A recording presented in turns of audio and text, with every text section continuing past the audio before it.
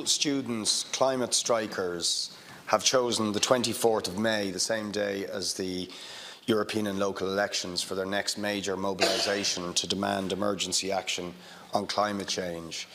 Now, while they are delighted that a climate emergency has been declared, they want to see the action follow the symbolism.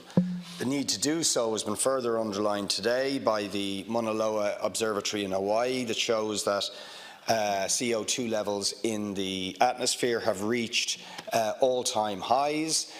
We now have more CO2 in the atmosphere than we have had for 3 million years, and at any time in which human life has actually existed on the planet. So we are way beyond emergency levels. Now, I would suggest to you, Taoiseach, that before the 24th, the students would welcome a signal from the government that they take this emergency seriously, and that kind of shocking news. So can I suggest, Taoiseach, that in that context you drop and signal before the 24th you will drop your opposition to the Climate Emergency Measures Bill, which seeks to keep fossil fuels in the ground. And please don't say that won't make any difference because we're just one small country. This is a global issue, and Greta Thunberg's response to the Climate Emergency Declaration here, the first thing she said was, yes, but we've got to keep fossil fuels in the ground. Will you agree to that, Taoiseach? The past legislation in relation to fracking, for example, keeping it in the ground when it comes to the gas that may be underneath the land of Ireland, if you like.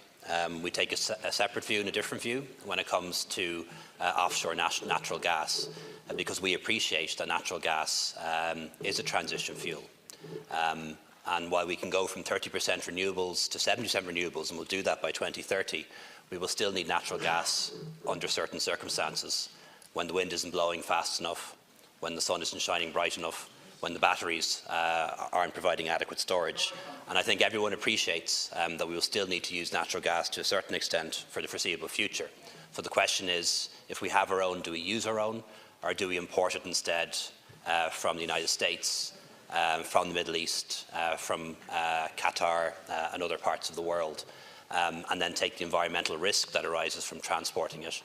And we believe on balance it makes more sense if we have natural gas, recognising that it is a transition fuel, that we should use our own.